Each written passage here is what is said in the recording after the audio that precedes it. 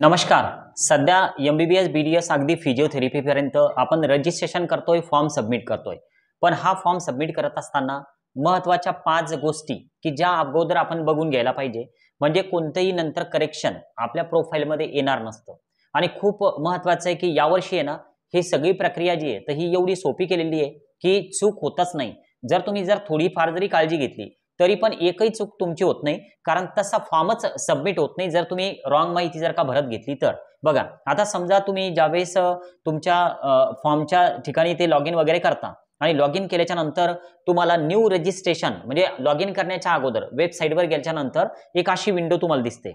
ठीक आहे. आता या विंडोमध्ये तुम्हाला क्रिएट अकाउंट करायचं असतं फर्स्ट. तर इथं तुम्हाला पहिली काळजी घ्यायची. तर ती नेमकी कोणती? बघा, आता यावर काळजी घेण्यासारखा जो विषय आहे तर तो कोणता नाही हे लक्षात घ्या अगोदर. तुम्ही जर का नीटचा रोल नंबर जर चुकीचा टाकला आणि हे सगळं चुकीचं तुम्ही इकडं ऍप्लिकेशन नंबर मध्ये एखादा 2 अंक मिस झाला तर तुमचं इथं अकाउंटच क्रिएट होत नाही. तुम्हाला इकडं वरती जे आहे ना, इकडं वरती एक रेड कलर मध्ये मेसेज येतो, इनव्हॅलिड नीट डेटा. तर त्यामुळं तुमचं इथं काही जरी चुकलं तरी सुद्धा तुमचं प्रोफाईल क्रिएटच होत नाही. तर त्यामुळं इकडे तुम्हाला फोकस नाही करायचं. तुम्हाला या टॅबवर नेमकी कोणती चूक होऊ द्यायची नाही किंवा कोणत्या गोष्टीवर तुम्हाला फोकस करायचं. आणि हे खूप सोपं आहे. आमच्या रजिस्टर्ड विद्यार्थ्यांचा जो ग्रुप आहे किंवा आपल्या व्हॉट्सअप आपल्या ॲपमध्ये जे जॉईन आहेत विद्यार्थी, तर त्यांना सर्व ह्या गोष्टी माहिती आहे. पण बघा, आता यामध्ये मोबाईल नंबर जो आहे तर तो अजिबात चुकू देऊ नका आणि मेल आयडी सुद्धा चुकू देऊ नका. कारण तुम्ही जर मेल आयडी आणि मोबाईल नंबर जर का चुकवला तर ते OTP त्या चुकलेल्या मोबाईल नंबरवर म्हणजे कुणाच्या तरी दुसऱ्याच मोबाईल नंबरवर आणि दुसऱ्याच मेल आयडीवर जाणार आहे.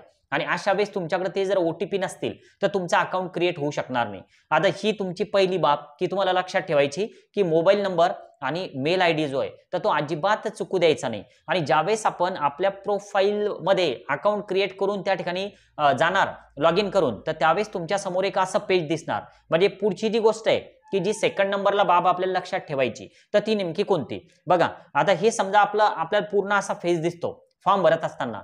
जरी समजा तुम्ही जवळपासच्या कम्प्युटर सेंटरवर फॉर्म भरत असाल, चूक होतच नाही. फक्त मी ज्या 5 बाबी सांगतोय तर त्याकडे फोकस करा.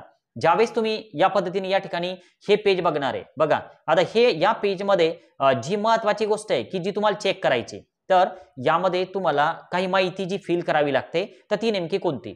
तर जसं की समजा तुमच्या वडिलांचं जे नाव आहे तर ते तुम्हाला व्यवस्थित भरायचं, स्पेलिंग मिस्टेक करायची नाही. त्यानंतर आईच्या नावामध्ये सुद्धा स्पेलिंग मिस्टेक होऊ द्यायची नाही. तर ही दुसरी बाब तुम्हाला पाळायची. आणि यानंतर तुमचं जेंडर जे आहे तर हे जेंडर तुम्ही करेक्ट भरा. तुम्ही जर मुलगा आहे तर मेलच यायला पाहिजे आणि मुलगी जर असाल तर फिमेलच यायला पाहिजे. तर हे काळजीपूर्वक तुम्हाला भरायचं आहे. ओके. पहिलं काय? Mobile number, mail ID. दुसरं काय? वडिलांचं नाव आणि तुमचं जेंडर. तर ही दुसरी बाब की जी तुम्हाला लक्षात ठेवायची. टोटल आपण या व्हिडिओमध्ये 5 बाबींबद्दल चर्चा करतोय. या दरम्यान तुमचा जर काही BDSचा कमी फीजमध्ये जर प्लॅन असेल तर नक्कीच तुम्ही एकदा व्हॉट्सअपला मेसेज करा. MP मध्ये BDSला 2 लाख पर इयरनं सध्या पण तुम्ही जर तयार असाल तर रजिस्ट्रेशन करणं खूप गरजेचं आहे. तुम्ही जर तयार असाल तर without donation 2 lakh per year फक्त कॉलेजची फीज, या फीजवर तुमची ऍडमिशन होऊ शकते. आता बघा, आता यानंतर ज्यावेळेस तुम्ही हे सगळं भरता तर 3 नंबरला नेमकी कोणती गोष्ट की जी तुम्हाला ध्यानात ठेवायची, तर हे लक्षात घ्या. आता यामध्ये एक पेज येते बघा. तर यामध्ये तुम्हाला हे जे NRI कोटा जो आहे तर तो नो करायचा. NRI वाला जो कोटा आहे तर तो तुम्ही नो करणार आहात. OCI सुद्धा तुम्हाला नो करायचा. तर ही एक बाब तुम्हाला त्या ठिकाणी लक्षात ठेवायची.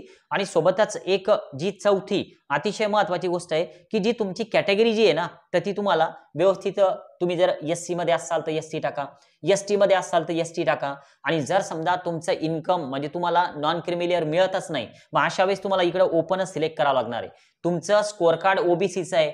तुमचा स्कोअर कार्ड समजा तुम्ही अगोदर फॉर्म भरताना तुम्ही OBC मधून भरलेला आहे, VJ मधून तुम्ही आहात समजा, पण आता तुमच्याकडे NCL नाही तर तुम्ही ओपन मधून सुद्धा काउन्सिलिंग करू शकता, काही प्रॉब्लेम नाही. ठीक आहे. तर ही एक बाब तुम्हाला लक्षात ठेवायची या ठिकाणी. आणि हे सगळं क्रिएट केल्याच्या नंतर ज्यावेळेस आपण या ठिकाणी सर्वात शेवटी येतो, सर्वात शेवटी म्हणजे कोणत्या ठिकाणी लक्षात घ्या, ज्यावेळेस आपण पेमेंटच्या ऑप्शन वर येतो तर ते खूप महत्वाचं आहे की पेमेंटचं ऑप्शन नेमकं तुम्ही कोणतं निवडता. आता हा सगळा जो फॉर्म आहे तर हे आमचे जे रजिस्टर्ड विद्यार्थी आहेत यांना सर्वांना माहिती आहे, काहीच अवघड प्रक्रिया नाहीये.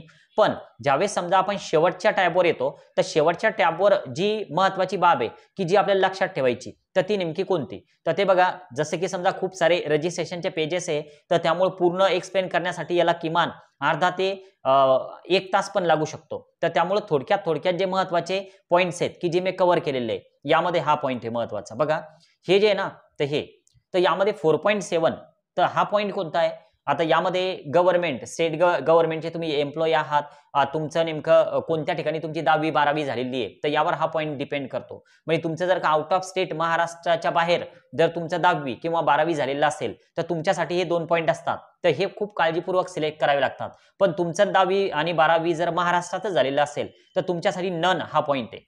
ठीक आहे, तर यावर फोकस करा आणि याच पेजवर हे जे पॉईंट आहेत की तुम्ही डिफेन्समध्ये येता का, तुम्ही हिली एरियामध्ये आहात का, कोणत्याच मध्ये नसाल तर तुम्हाला नन करायचं. ठीक आहे, तर ह्या महत्वाच्या ज्या 5 बाबी आहे तर त्या लक्षात ठेवा. जिजाऊ अकॅडमीचं ॲप जर अजून डाउनलोड केलं नसेल तर नक्की डाउनलोड करून घ्या, कारण त्यामध्ये बरंचसं फ्री मटेरियल सुद्धा असतं आणि आमचा एक कोर्स सुद्धा त्यामध्ये आम्ही लॉन्च केलेला आहे की व्हॉट्सअप ग्रुपचं आमचं काउन्सिलिंग वेगळं आहे, ॲपचं काउन्सिलिंग वेगळं आहे. ठीक आहे, आज आपण या ठिकाणी थांबतोय. बाय.